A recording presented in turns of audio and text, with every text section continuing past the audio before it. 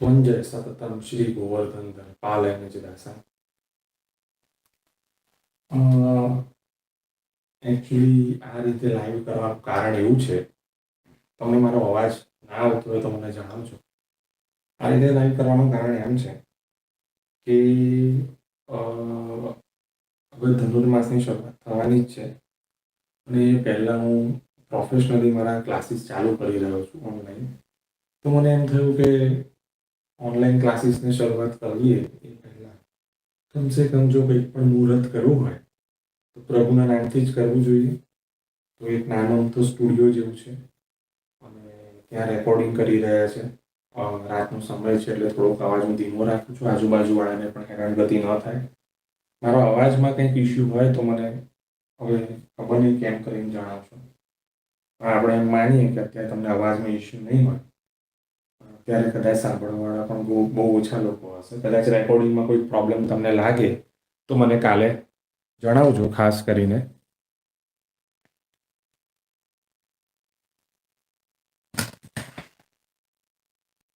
હું થોડુંક નજીક લઈ જાઉં છું બ્લેકબોર્ડથી કે તમને ઇઝીલી વંચાઈ શકે. હવે કારણ એવું છે કે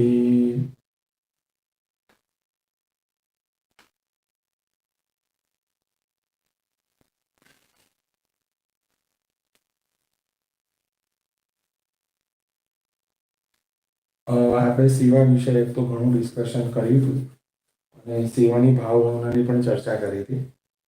એટલે મારા દીકરાએ મને એમ કીધું હતું કે પપ્પા તું છે ને થોડીક તૈયારી કરીને તિથિ સાથે જન્માષ્ટમીથી સેવાની ભાવના ફરી એક વખત રેકોર્ડ કર. એટલે ઘણીવાર મારે એનું કેવું માનવું પડે છે. હવે હું આમાં સૌથી પહેલાં 3 વસ્તુની ચર્ચા કરી દઉં કે હું જે સેવા ભાવનાની ચર્ચા કરી રહ્યો છું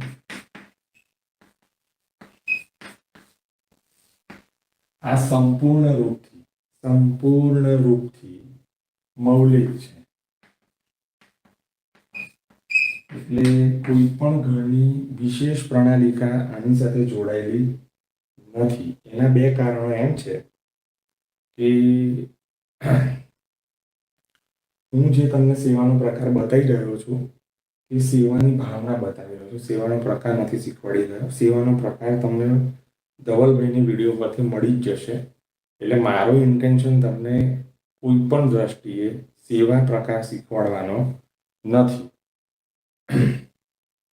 ખાલી ને ખાલી ફક્ત ને ફક્ત મારો પર્પઝ એવો છે કે સેવામાં શું ભાવનાથી આપણે ભગવત સેવા કરી શકીએ. હું સેવાનો પ્રકારે નથી શીખવાડતો, હું ફક્ત ને ફક્ત સેવાની ભાવના જ બતાવી રહ્યો છું. આ ભાવનામાં હું મુખ્યત્વે શું કરવા જઈ રહ્યો છું, આમાં પુષ્ટિ માર્ગમાં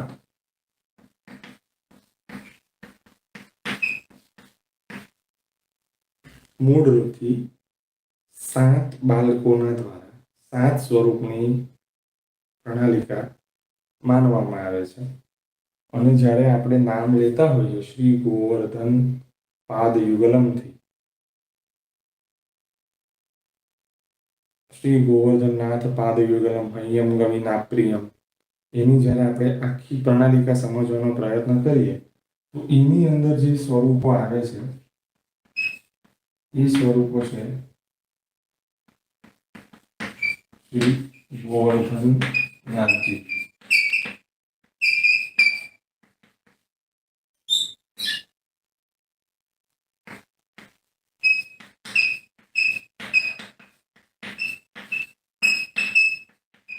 શ્રી નવનીત વિદ્યાજી.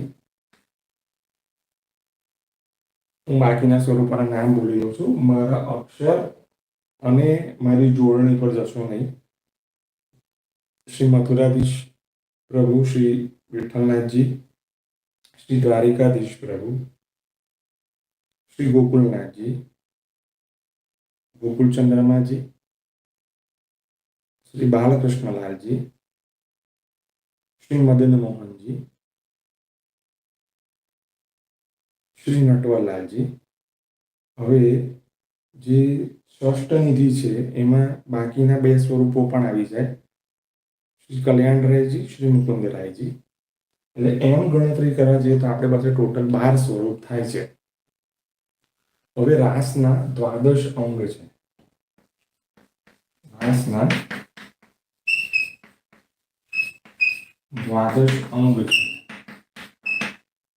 જ્યારે આપણે રાસની ચર્ચા કરીશું ત્યારે શ્રીનાથ સેવા રસોદધીમાં રાસના દ્વાદશ અંગ આપેલા છે. રાસના અંતર્ગત દ્વાદશ લીલાઓ પણ હવે તમને દર્શન થશે. એટલે દ્વાદશ અંગ સ્વરૂપ રાસ છે જે એની દ્વાદશ લીલાઓ છે.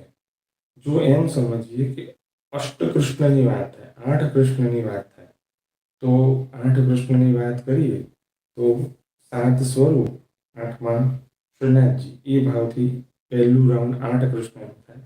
એમ 16 કૃષ્ણની વાત થાય એટલે આપણે આ દ્વાદશ સ્વરૂપ તો ગણ્યા, 12 સ્વરૂપો. 16 સ્વરૂપોની વાત થાય તો પુષ્ટિ માર્ગમાં 16 ન્યારા ન્યારા ચિહ્નોવાળા સ્વરૂપોના નામ લઈએ તો હું જો પહેલા તો શ્રી ગોવર્ધનનાથજી, શ્રી નવનીત પ્રિયાજી, શ્રી મથુરાધીશ, શ્રી મથુરાધીશ, શ્રી વિઠ્ઠલનાથજી, શ્રી દ્વારિકાધીશ, શ્રી ગોકુલનાથજી, ગોકુલચંદ્રમાજી, શ્રી બાલકૃષ્ણલાલ, શ્રી મદન મોહનલાલ, અને શ્રી બાલકૃષ્ણલાલની સાથે જ આપણે બીજા 2 સ્વરૂપ પણ મૂકી દઈએ તો શ્રી બાલકૃષ્ણલાલ, શ્રી કલ્યાણજી, શ્રી મુકુંદરાયજી, શ્રી મદન મોહનજી, શ્રી નટવરલાલજી, આ 12 સ્વરૂપ. અને એના પછી શ્રી લલિત ત્રિભંગીજી, એક જે સ્વરૂપ અલગ છે, અલગ છે કેમ કે લલિત ત્રિભંગીજીનું સ્વરૂપ એવું છે કે જે જમણી બાજુ વળેલું છે. જેમ યુગલ ગીતમાં વર્ણન છે કે પ્રભુ સામે દ્રષ્ટિ કરીને વેણુનાદ કરે, નીચી દ્રષ્ટિ કરીને વેણુનાદ કરે, વામ બાહુ થઈને વેણુનાદ કરે, દક્ષિણ બાજુની દ્રષ્ટિ કરીને વેણુનાદ કરે. એટલે શ્રી લલિત ત્રિભંગીજી. એના પછી આવે બીજું સ્વરૂપ શ્રી ગોપાલલાલજી, જે કડીમાં બિરાજે છે. આ નિકુંજ લીલામાં વેણુકુંજનનું સ્વરૂપ છે. વેણુ ગીતમાં સ્વરૂપનું વર્ણન છે કે જ્યાં પ્રભુ વામ બાજુ દ્રષ્ટિ કરીને વેણુનાદ કરે છે, વેણુ કુંજન કરે છે. વેણુનાદ નથી કરતા, વેણુ કુંજન કરે છે. ચૂકું છે વેણુ. જ્યારે શરૂઆત જ કરે છે વેણુ ગીતની પ્રભુ, અને જ્યારે પધારે છે વનમાં ત્યારનું સ્વરૂપનું વર્ણન કરે એ વેણુ ગીતનું જે વેણુ કુંજનનું સ્વરૂપ છે એ શ્રી ગોપાલલાલજીનું સ્વરૂપ છે. એના પછી શ્રી અષ્ટભુજ ગોવર્ધનનાથજીનું સ્વરૂપ પદ્મા રાવળના માથે અને પછી કૃષ્ણભટ્ટના માથે વિરાજતું સ્વરૂપ. એ હાલમાં વિરમગામમાં બિરાજે છે અને ઉજ્જૈનમાં બિરાજે છે. એ સ્વરૂપનું બહુ સુંદર વર્ણન છે. એ પહેલા પંચમ ઘરમાં બિરાજમાન હતું એ સ્વરૂપ. એ સ્વરૂપનું વર્ણન એવું છે કે 2 હાથે પ્રભુ વેણુનાદ કરે છે. એક હાથે આપે વામ શ્રીહસ્તના, એક હાથે આપે શ્રી ગિરિરાજજીને ધારણ કરેલા છે. એટલે આ ત્રણ શ્રીહસ્ત થયા. બીજા 4 શ્રીહસ્તમાં પ્રભુના શંખ, ચક્ર, ગદા અને પદ્મ બિરાજી રહ્યા છે.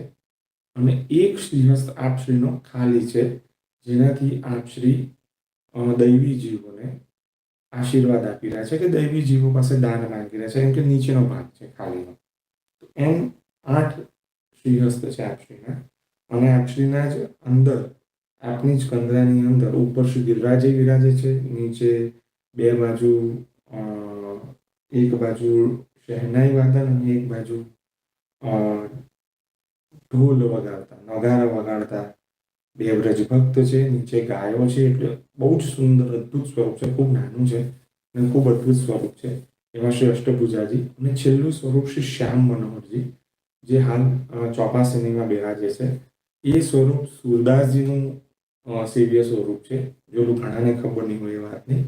અને એ સ્વરૂપના નામથી સુરદાસજી સુરશ્યામના 25,000 કીર્તન એ સ્વરૂપે આપશ્રીએ લખ્યા છે. એમ કહેવાય છે કે શ્યામ મનોહરજી.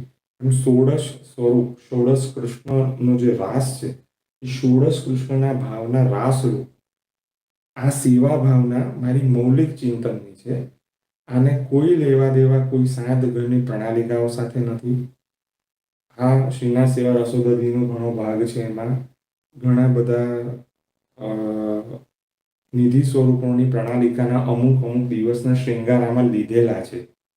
આનું ક્યાંય કોઈ પણ પ્રણાલિકા સાથે લેવા દેવા નથી. એટલે દરેક વૈષ્ણવનું ડિસ્ક્લેમર આપી દઉં, આ મૌલિક છે. વલ્લભકુલ બાળકોને પણ વિનંતી કરી દઉં, આ ફક્ત ને ફક્ત મારું મૌલિક ચિંતન છે. આ સેવા ભાવનાની સાથે નિત્ય સેવા પ્રકાર, નિત્ય સેવા પ્રણાલીને કોઈ જ લેવા દેવા નથી. એટલે કાલ ઉઠીને તમે આની પર એવું ઓબ્જેક્શન કરો કે તમે મને આ દિવસના શૃંગાર કીધા ક્યાં લખેલા છે, તો એ ક્યાંય નહીં મળે. એટલે મારી આપ સૌને વિનંતી, આપ સૌ ખાલી સાંભળો, આનો આનંદ લો, આને ફોલો ન કરતા, આને ફોલો ન કરતા. હું વારંવાર કહું છું, આને ફોલો ન કરતા. આમાં જે હું તમને કંઈક મનોરથોની કે આમાં કોઈ દિવસની કોઈ ભાવના તમને કહું છું, એ ભાવના ક્યાંય લખેલી નથી. કશેકથી મેં પણ આ મેં રસપાન કોઈકને કોઈ પુસ્તકમાંથી કર્યું છે, જે મેં મારા સેવા ભાવનાના ચિંતનમાં મૂકી છે. એ જગ્યાએ એનો સમાવેશ કર્યો છે. એને નિત્યના સેવા પ્રકાર સાથે કોઈ લેવા દેવા નથી. હું વારંવાર કહું છું, આપ શું ધ્યાન રાખજો. બરાબર. હવે આપણે શરૂઆત કરીએ.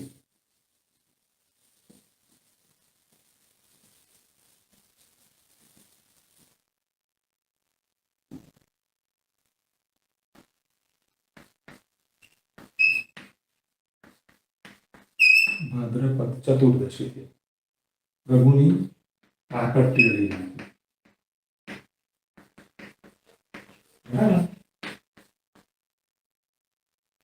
હવે જુઓ, પ્રભુની પ્રાકટ્ય લીલાથી શરૂઆત કરીએ એટલે એના પહેલા આપણે સૌથી પહેલા એમ સમજવું પડશે કે પ્રભુ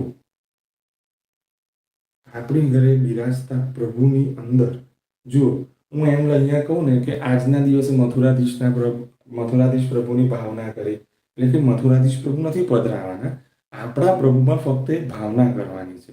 આપણી ઘરે લાલન બિરાજતા હોય, શ્રીનાથજી બિરાજતા હોય, ચિત્ર સ્વરૂપે હોય, શ્યામ સ્વરૂપે હોય, કોઈ પણ ઠાકોરજી બિરાજતા હોય, આપણે ફક્ત ભાવના કરવાની છે. તમે ફક્ત આનો આનંદ લેજો. એક વાત યાદ રાખજો, તમે જ્યારે હું જ્યારે તમે સાથે ડિસ્કસ કરી રહ્યો છું ત્યારે મારું ઇન્ટેન્શન તમારા ઘરની સેવા પ્રણાલિકાને જરાય ઇફેક્ટ કરવાનો નથી, ઇમ્પેક્ટ કરવાનો નથી. હું વારંવાર કહું છું, અહીંયા જે પણ વસ્ત્ર શૃંગાર કાંઈ પણ લખ્યું છે, અહીંયા કાંઈ પણ ભાવના કીધી છે, એ ફક્ત તમે સાંભળજો. હું મારા દીકરા માટે વિડીયો રેકોર્ડ કરી રહ્યો છું. મને એમ થયું કે હું પ્રાઇવેટ રેકોર્ડ કરીને ખાલી દીકરાને લિંક આપું તોય ચાલે. મને એમ થયું કે મારા ઘણા બધા વૈષ્ણવને એમ છે કે સેવાની શું ભાવના રાખવી, તો આપણે ખાલી ભાવના સમજીએ છીએ. આને તમારી ઘરે ફોલો, તમારા ગુરુ ઘરની પ્રણાલિકાને જ ફોલો કરવાની, આને ફોલો ન કરાય. હું તમને વારંવાર આટલું જ જણાવું છું. જો શ્રી ઠાકોરજી ની જ્યારે આપણે ભગવદ સેવામાં હાથ પવિત્ર કરીએ છીએ ત્યારે પ્રભુની અંદર આપણે કયા કયા ઉપચાર કરીએ છીએ, તો સૌથી પહેલી જ વાત, જે સૌથી પહેલું આપણું પગલું છે એ બાલોપચાર. પ્રભુને બાલક સમજીએ છીએ એટલે બાલોપચાર. પછી પ્રભુનો ગ્વાલોપચાર એટલે કે પ્રભુ ગ્વાલ છે. પછી પ્રભુનો રાજોપચાર, પ્રભુ રાજા છે, બ્રજના રાજા છે. આ 3 થયું. પછી પ્રભુનો વેદોપચાર. વેદોપચાર તો વેદમાં જે કંઈ પણ પદ્ધતિ લખી છે, જેમ કે આપણે પંચામૃત કરાવીએ છીએ, જયંતીના પંચામૃત કરાવીએ છીએ, સ્નાન યાત્રાના દિવસે જે આપણે પ્રભુને જલથી સ્નાન કરાવીએ છીએ, એ બધું પ્રભુનો જે પણ ભાવ છે તે બધો જ ભાવ આપણે જે કરી રહ્યા છે એ પ્રભુની વેદોપચાર છે. ચોથું જે આવે છે એ આવે છે પ્રભુનો, જેને આપણે રતિ ઉપચાર, એટલે પ્રભુની અંદર પ્રેમથી આપણે આપણા પ્રભુને શાંત ભાવથી આપણે પ્રભુને ભજતા હોઈએ છીએ. તો આપણે તે વખતે પ્રભુ નિકુંજસ્થ બિરાજી રહ્યા છે, તો એ બધો ભાવ પણ એની અંદર આવે છે. હવે આપણે આ 4 દિવસને વહેંચીએ. સાતમનો એક દિવસ કાઢી લઈએ. 8 પ્રભુની પ્રાકટ્ય લીલામાં. ચોથને દિવસે પ્રભુના ગ્વાલ, જો પહેલા દિવસમાં આપણે વાત કરી શ્રીમદ ભાગવતમાં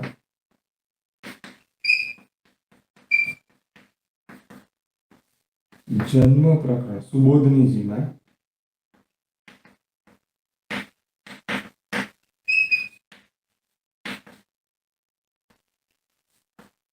જન્મ પ્રકરણમાં શ્રીમદ ભાગવત દશમ સ્કંદ સુબોધનીજી.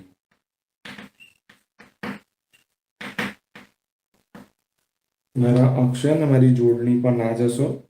ફક્ત ને ફક્ત હું અહીંયા લખું છું જન્મ પ્રકરણમાં 4 પ્રકરણ આવે છે. બરાબર, 4 અધ્યાયના 4 પ્રકરણ છે. એ જન્મ પ્રકરણમાં પ્રભુના ચતુર્વ્યૂહ સાથેનું પ્રાગટ્ય છે. ચતુર્વ્યૂહ એટલે કયા કયા વ્યૂહ? તો પહેલું વ્યૂહ વાસુદેવ વ્યૂહ, પહેલું સંકર્ષણ વ્યૂહ, વાસુદેવ વ્યૂહ, પ્રદ્યુમ્ન વ્યૂહ, અનિરુદ્ધ વ્યૂહ. 4 વ્યૂહ સાથે પ્રભુ સાક્ષાત પ્રગટ થાય છે. હવે તમને એમ થાય કે વ્યૂહ શું છે? આપણે ડિસ્કસ કરી ચૂક્યા છે, પણ ફરી એક વખત. વ્યૂહ એ પ્રભુનું એક એઆઈ છે, આર્ટિફિશિયલ ઇન્ટેલિજન્સ છે. પ્રભુએ જે કાંઈ પણ સૃષ્ટિ સંરચના કરી છે એમાં જ્યાં જ્યાં પ્રભુ પોતાની અવતાર લીલામાં જે કાંઈ પણ કરવા માંગે છે એમાં સાક્ષાત રસ પુરુષોત્તમ, પુષ્ટિ પુરુષોત્તમ ભાગ લેતા નથી. એ બધું પોતાના એઆઈ દ્વારા, આર્ટિફિશિયલ ઇન્ટેલિજન્સ દ્વારા, પોતાના વ્યૂ દ્વારા ઓટો કમાન્ડ મેથડથી થઈ જાય છે. જેમ કે સંકર્ષણ વ્યૂ છે, શ્રી દાઉ દાદામાં સંકર્ષણ વ્યૂ બિરાજે છે. હવે ફોર એક્ઝામ્પલ કે આપ શ્રી બધા વનમાં પધાર્યા અને કોઈક અસુર આવે છે, તો ઓટોમેટિકલી દાઉ દાદા એ અસુરને પહોંચાડી દે છે, એનો ઉદ્ધાર કરી દે છે. કેમ કરી દે છે? કેમ કે એ પ્રભુની અવતાર લીલાના ભાગરૂપ છે. કોઈ અસુર પ્રભુની લીલામાં હસ્તક્ષેપ નથી કરી શકતો, એમને અટકાવી નથી શકતો, એમને હેરાન નથી કરી શકતો. એનો ઉદ્ધાર કરવાનો છે, કેમ કે એ બધા ઠાકોરજીના જીવો હતા, ભલે અસુર યોનિમાં પ્રગટ્યા છે. તો એનો ઉદ્ધાર કરવા માટે પ્રભુએ સંકર્ષણ વ્યૂહ રાખેલા છે, એનાથી થઈ જાય છે. વાસુદેવ વ્યૂહ અનેક અસુરોનો વધ કરે છે. તો અનેક અસુરોનો વધ કરવા માટે પ્રભુએ સાક્ષાત કંઈ કરવાની જરૂર નથી. હા, જેમ કે અવિદ્યાને હટાવી છે તો પ્રભુ સાક્ષાત પોતે પૂતનાનું પરિપાલન કરે છે. કેમ કે પૂતનાને વામન અવતારમાં પ્રભુએ વરદાન આપ્યું હતું. તો વધ કરવો એ વ્યૂહ કરે છે, પણ ઉદ્ધાર કરવો એ પ્રભુ પોતે કરે છે, કેમ કે ત્યાં ભક્ત છે. તો જે વ્યૂહનું કામ છે તે વ્યૂહ કરે છે, અને જ્યાં પ્રભુનું કામ છે ત્યાં પ્રભુ કરે છે. હવે આ પુષ્ટિ પુરુષોત્તમ પ્રભુ છે, એ પુષ્ટિ પુરુષોત્તમ પ્રભુ ક્યારેય કાંઈ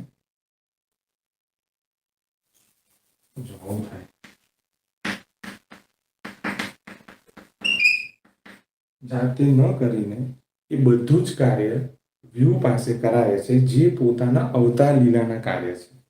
હવે જે વ્યૂહ છે એ વ્યૂહના ભાવથી 4 દિવસની પ્રાકટ્ય લીલા ગણો, અને એમ ન ગણવું હોય તો આપણે જ્યારે આપણા પુષ્ટિ પુરુષોત્તમની જે 4 સ્વરૂપો છે, તો પહેલું સ્વરૂપ કયું છે? તો કે પહેલું સ્વરૂપ ગ્વાલનું સ્વરૂપ છે.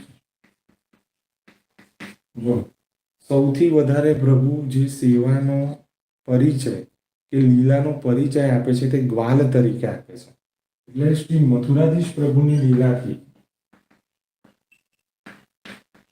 જો અહીંયા ખાલી પ્રભુમાં ભાવના એવી કરવાની છે કે શ્રી મથુરાધીશ પ્રભુની ભાવનાથી પ્રભુ ગ્વાલ લીલાના બધા જ કાર્ય કરે છે. ગાયો ચરાવવા જાય છે પ્રભુ, અનેકવિધ માખણ ચોરી કરે છે.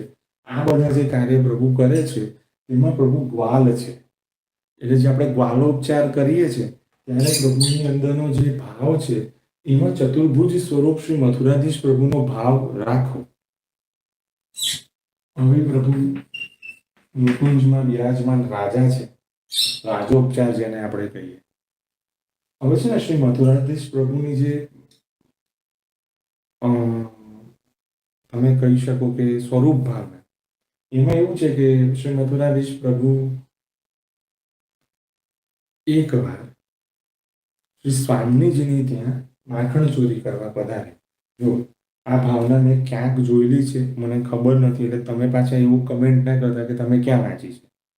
બરાબર. શ્રી મથુરાધીશ પ્રભુ સ્વામીજીની ત્યાં પધાર્યા અને આપશ્રીએ ત્યાં જઈને માખણ ચોરી કરવા ગયા અને સ્વામીજીએ આપશ્રીના 2 હાથ બાંધી દીધા પોતાની ઓઢણીથી અને કહ્યું, ચાલો હવે તમને હું લઈ જાઉં યશોદાજી પાસે. તો શ્રી મથુરાધીશ પ્રભુ કહે, સ્વામીજી આવું શું કરો છો? એ વનમાં પહોંચ્યા ને સ્વામીજી, આવું શું કરો છો? તો કહે છે કે પ્રભુ આવું નહીં, તમે બરાબર વિનંતી કરો. તો કે હાથ તો છોડો. તો કે ના, હાથ છોડ્યા વગર વિનંતી કરો. એટલે પ્રભુ બીજા 2 શ્રીહસ્ત પ્રગટ કર્યા અને સ્વામીજીને ખૂબ વિનંતી કરી. તો પ્રભુની વિનંતી જોઈ પ્રભુએ સ્વામીજી હાથ છોડી દીધા બાંધેલા. એટલે પ્રભુએ કીધું કે સ્વામીજી, હું તો સદાય આ સ્વરૂપે આપને જ પ્રેમ કરું છું એમ. તો કહ્યું કે આ સ્વરૂપે એટલે? તો કહ્યું કે જુઓ, આમ તો આ આયુધનું સ્વરૂપ છે, પણ શંખ છે તે આપની ગ્રીવાનો ભાગ છે, આ ગદા છે તે આપના શ્રીઅંગનો ભાગ છે, આ કમલ છે તે આપના મુખ કમલનો ભાવ છે, આ ચક્ર છે તે આપના શ્રીહસ્તના કંગનનો ભાવ છે. તો આ બધા ભાવથી હું આપને જ ગોદમાં લઈને સદાય ફરતો હોઉં છું. એ આ સ્વરૂપ છે મારું. શ્રી મથુરાધીશ પ્રભુ જે ગ્વાલની લીલામાં, મથુરાધીશ પ્રભુ ગ્વાલ તરીકે પ્રભુ જ્યારે ગાયો ચરાવવા પધારે છે, એ લીલાના સ્વરૂપ રૂપ પહેલું જે પ્રાગટ્ય છે તે ગ્વાલ તરીકેનું પ્રાગટ્ય છે. બીજું જ શ્રી દ્વારકાધીશ પ્રભુ. અહીંયા પ્રભુ રાજા છે, નિકુંજના રાજા છે. અહીંયા પ્રભુની અંદર સર્વ લીલાઓનો સમાવેશ પણ છે, તેમ છતાં પ્રભુ રાજા છે. પ્રભુ રાજા કેવી રીતે છે? તો કે શ્રી દ્વારિકાધીશ પ્રભુની સ્વરૂપ ભાવના જોશો ને તો પ્રભુના એક બાજુ ઉપર, પ્રભુ ઉપરની બાજુમાં એક બાજુ એક દ્વારકાધીશ બિરાજેલા છે. બિરાજેલા દ્વારકાધીશ નાના, એ મથુરાની લીલાના દ્વારકાધીશ છે, જે મથુરામાં પ્રભુ લીલા કરવાના છે, કંસનો વધ ઇત્યાદિ. બીજી બાજુ જે દ્વારકાધીશ છે તે દ્વારિકા લીલાના દ્વારિકાધીશ છે, એ પણ ચતુર્ભુજ છે, બિરાજેલા છે બંને નાના નાના સ્વરૂપ. બીજી બાજુના દ્વારકાધીશ છે તે દ્વારકામાં જે લીલા કરવાના છે એના છે. અને વચ્ચે જે મધ્યમાં બિરાજમાન છે તે સાક્ષાત નંદનંદન શ્રી દ્વારિકાધીશ પ્રભુ છે. આ દ્વારિકાધીશ પ્રભુ નિકુંજમાં બિરાજમાન છે. 2 હાથે પ્રભુએ શ્રી સ્વામીજીના નેત્ર મીચેલા છે, આ આંખ મીચોની લીલામાં, અને 2 હાથે વેણુનાદ કરે છે. એવું સ્વરૂપ શ્રી દ્વારિકાધીશ પ્રભુનું છે. પ્રભુ રાજા છે, એવા રાજા છે પ્રભુ કે દાનના દિવસોમાં જ્યારે એવા કીર્તન આવતા હોય, આન ઉતાર ધરી મટુકી, આન ઉતાર ધરી ઇન મોહન અચરા પકડ્યો મેરો, તાતે મેં બહોત ડરી. જે શ્રી જેમ રાજા હોય અને રાજાના ડરથી ગોપીજનો પોતાની માટલીઓ સન્મુખમાં મૂકી દે કે પ્રભુ તમારી સાથે લડવાની કોઈ તાકાત નથી, એવા પ્રભુ છે. અહીંયા જે ગ્વાલના સ્વરૂપે હતા અહીંયા નોકઝોક થાય છે, અહીંયા નોકઝોક નથી થતી, અહીંયા પ્રભુમાં સરેન્ડર જ થાય છે. એટલે પ્રભુ રાજા છે. આ રાજા છે. આ સ્વરૂપની અંદર પોતે સ્વયં કિરીટ ધારણ કરેલો છે અને પોતે મલકાજ ધારણ કર્યો છે. અત્યંત વીર્ય રસ ધરાવતું સ્વરૂપ છે. આ સ્વરૂપે પ્રભુ જ્યારે પ્રાગટ્ય લે છે, જો ગ્વાલના સ્વરૂપે પ્રભુએ પ્રાગટ્ય લીધું, રાજાના સ્વરૂપે પ્રાગટ્ય લીધું. રાજાના સ્વરૂપે પ્રાગટ્ય લીધું પ્રભુ નિકુંજમાં બિરાજમાન રાજા છે. સ્વામીજી ને યમુનાજીના મધ્યમાં બિરાજમાન છે. અહીંયા પ્રભુની અંદર રહેલો વીર્ય ગુણ પ્રગટ થાય છે. એટલે પ્રભુ રાજાના સ્વરૂપે શ્રી દ્વારિકાધીશ સ્વરૂપે જે પ્રગટ થયા છે.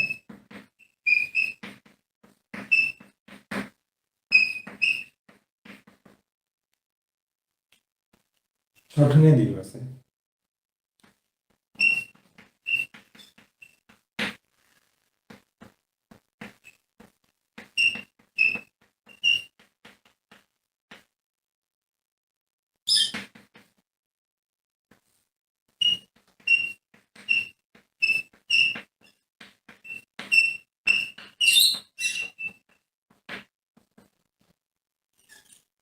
અહીંયા પ્રભુ બાલક છે,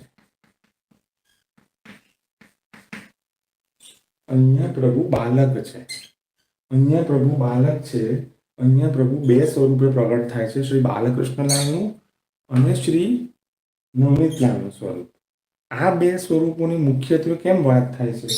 કેમ કે શ્રી બાલકૃષ્ણલાલ પ્રભુનું એવું સ્વરૂપ છે કે 6 દિવસના જ પ્રભુ છે અને પ્રભુ પૂતના વધ તો ભ્યુ દ્વારા થઈ જશે, પણ બધા જ ગોપીજનોમાં જે અવિદ્યા છે, જે સ્વરૂપ ભાવનાથી રહિત છે ગોપીજનો, જેમને સ્વરૂપ ભાવના દેખાતી નથી કે આ સાક્ષાત કોણ છે, તો પ્રભુ પોતે 6ઠા દિવસે જ પોતાના સ્વરૂપનું જ્ઞાન કરાવે છે. એ શ્રી બાલકૃષ્ણલાલ છે અને રીંગણ લીલા કરતા શ્રી નવનીતલાલ છે. જુઓ, અહીંયા બાલ ભાવના સ્વરૂપની વાત છે. પ્રાગટ્ય તો પ્રભુનું ભલે આઠમે જ થવાનું છે બધાને, પણ હું આ 4 દિવસની પ્રાગટ્ય લીલાને આ રીતે વહેંચું છું અને બીજી કોઈ અર્થમાં ના સમજશો. અહીંયા પ્રભુ શ્રી નવનીતલાલ રીંગણ લીલા કરતું સ્વરૂપ છે. અનેકવિધ પ્રભુ પલનામાં પધારે છે. પ્રેંખ પર્યંક શયનમ. અહીંયા પ્રભુ બાલક હોવા છતાં પણ કિશોર ભાવની જેમ ગોપીજનોને સંકેત પણ કરે છે. તેમ છતાં પ્રભુ બાલક છે. અંગુષ્ઠ ચોષકમ ગૂઢ રસ પોષકમ. અહીંયા સાથે સાથે બંને ઉભય લીલાઓ ચાલે છે. શ્રી નવનીતલાલનું સ્વરૂપ એવું છે કે મુખ ઉપર કાજલ આખું મળી લીધું છે આપે, રુદન કરી કરીને. એવા અદ્ભુત સ્વરૂપ શ્રી નવનીતલાલ છે. નવનીતલાલના સ્વરૂપની વર્ણન કરવાની મારામાં કોઈ કેપેસિટી નથી. આ બધા સ્વરૂપનું વર્ણન થઈ શકે એમાં શ્રી બાલકૃષ્ણલાલ અને નવનીતલાલનું સ્વરૂપ અદ્ભુત છે. હું પોતે બાલકૃષ્ણલાલના ઘરનો છું, એટલે મારા તો પિતા છે શ્રી બાલકૃષ્ણલાલ, અને હું મારા ઘરે સેવાનો પ્રકાર મોટે ભાગે હું શ્રી ગોવર્ધનનાથજીની પ્રણાલિકાને જોતો હોઉં છું. તો હું એમ કહું છું કે મારા પતિનો ભાવ કે મારા કાંતનો ભાવ કહેવાય તે શ્રી ગોવર્ધનનાથજી છે.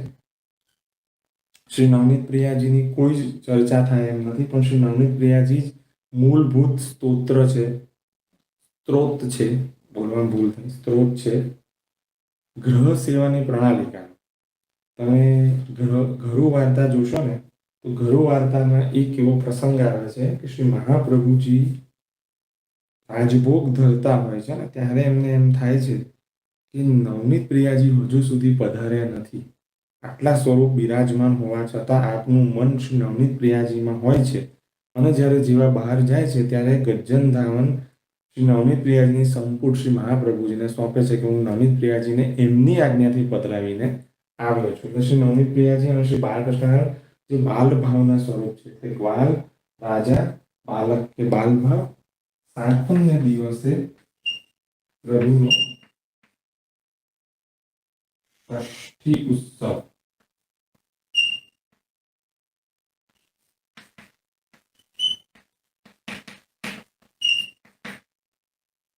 આ ષષ્ઠી ઉત્સવ શું છે? આમ તો છઠ્ઠી ત્યારે જ પૂજાય. છઠ્ઠી ઉત્સવ લખો, ષષ્ઠીની જગ્યાએ, કેમ કે મારી જોડણીમાં ભૂલ થાય છે. છઠ્ઠી શું છે? કેમ કે આમ 6 દિવસ પછી પ્રભુની છઠ્ઠી પૂજાવી જોઈએ, પણ આખું વર્ષ નંદ મહોત્સવ ચાલ્યો અને બધા જ ભૂલી ગયા કે પ્રભુની છઠ્ઠી પૂજાને કરવાનું છે. એટલે જ્યારે બીજું વર્ષનો 8મની તૈયારી થતી હતી, 1 વર્ષ પૂરી થાય અને ત્યારે યાદ આવ્યું કે છઠ્ઠી તો પૂજન કર્યું જ નથી, એટલે છઠ્ઠી ઉત્સવ ઉજવાય છે.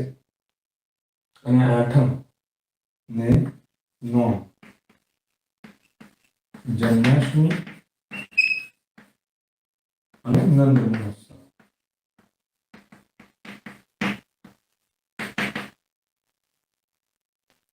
જન્માષ્ટમીમાં જ્યારે આપણે શરૂઆત કરીએ છીએ ત્યારે વેદોપચારથી થાય છે.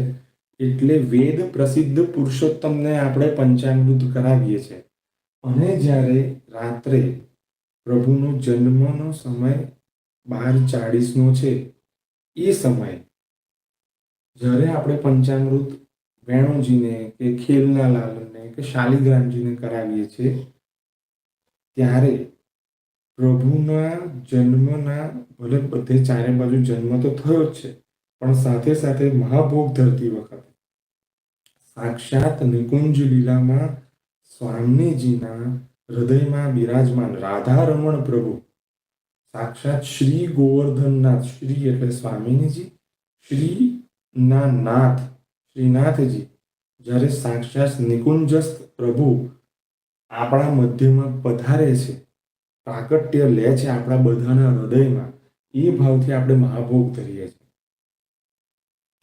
હવે અહીંયા છે ને એક ઇમ્પોર્ટન્ટ વસ્તુ કે જન્માષ્ટમીમાં પ્રભુનું બે જગ્યાએ પ્રાગટ્ય છે, એક જગ્યાએ નથી. અને આ વસ્તુ ભાગવતજીમાં પણ સંકેત રૂપથી કહેવામાં આવેલી છે. પહેલું કે બધાને ખબર જ છે કે વેદ પ્રસિદ્ધ છે, જગ પ્રસિદ્ધ છે કે પ્રભુ કારાગારમાં પ્રાગટ્ય લે છે. અને જ્યારે વસુદેવજી એમને ગોકુળ પધરાવે છે ત્યારે વસુદેવજીને બાજુમાં ફક્ત એક માયાના દર્શન થાય છે.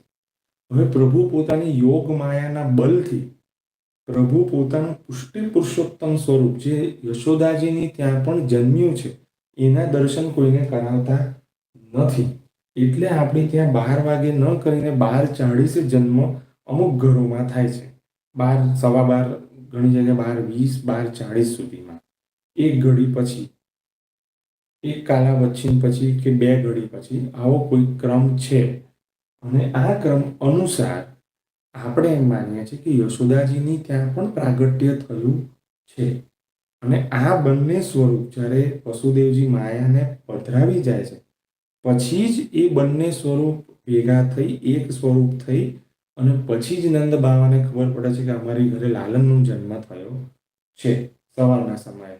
ત્યારે બધાને માયાના પડદા હટવાથી પ્રભુના પ્રાગટ્યનું ખબર પડે છે.